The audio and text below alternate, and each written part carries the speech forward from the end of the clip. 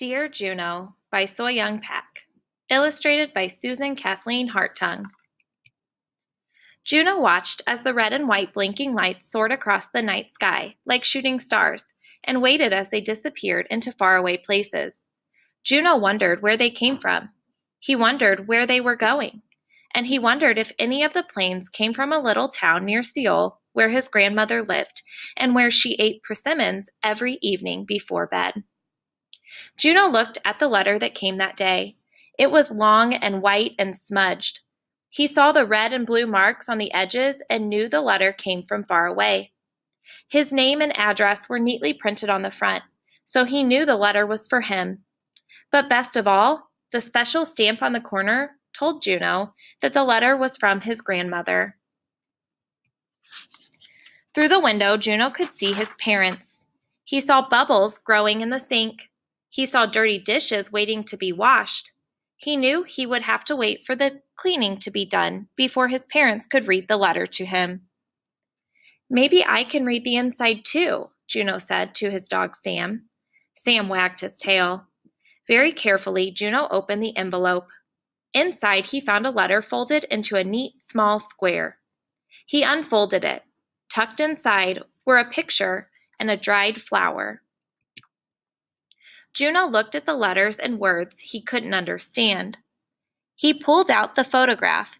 It was a picture of his grandmother holding a cat. He pulled out the red and yellow flower. It felt light and gentle like a dried leaf.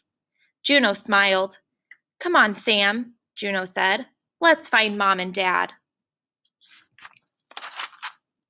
"Grandma has a new cat," Juno said as he handed the letter to his mother.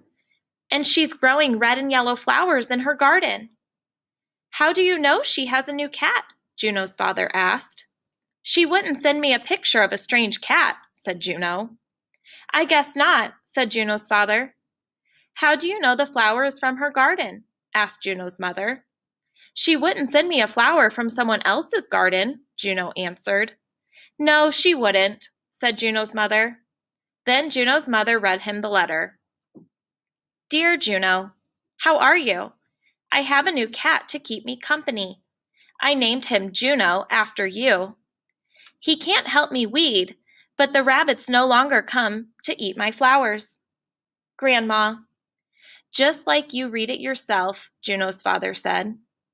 I did read it, Juno said. Yes, you did, said his mother.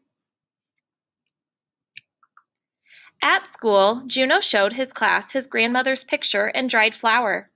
His teacher even penned the letter to the board. All day long, Juno kept peeking at the flower from his grandmother's garden.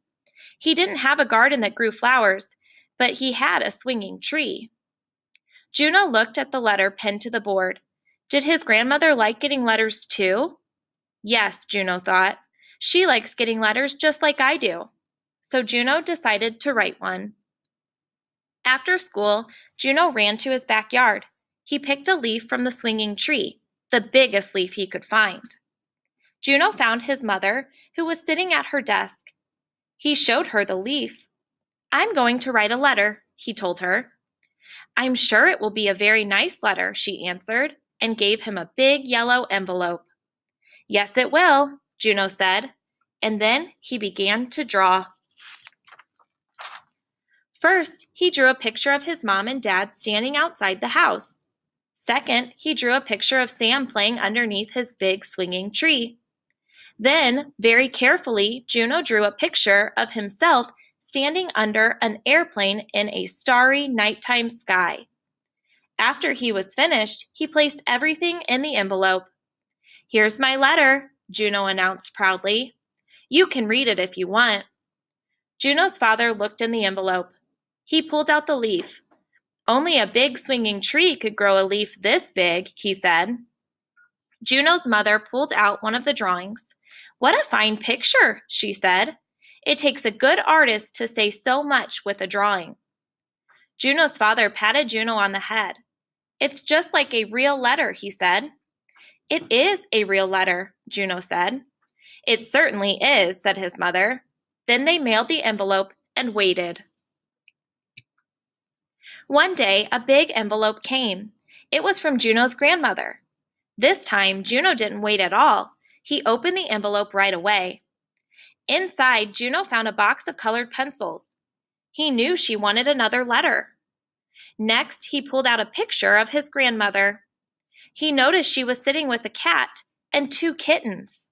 He thought for a moment and laughed. Now his grandmother would have to find a new name for her cat. In Korea, Juno was a boy's name, not a girl's. Then he pulled out a small toy plane. Juno smiled. His grandmother was coming to visit. Maybe she'll bring her cat when she comes to visit, Juno said to Sam as he climbed into bed. Maybe you two will be friends.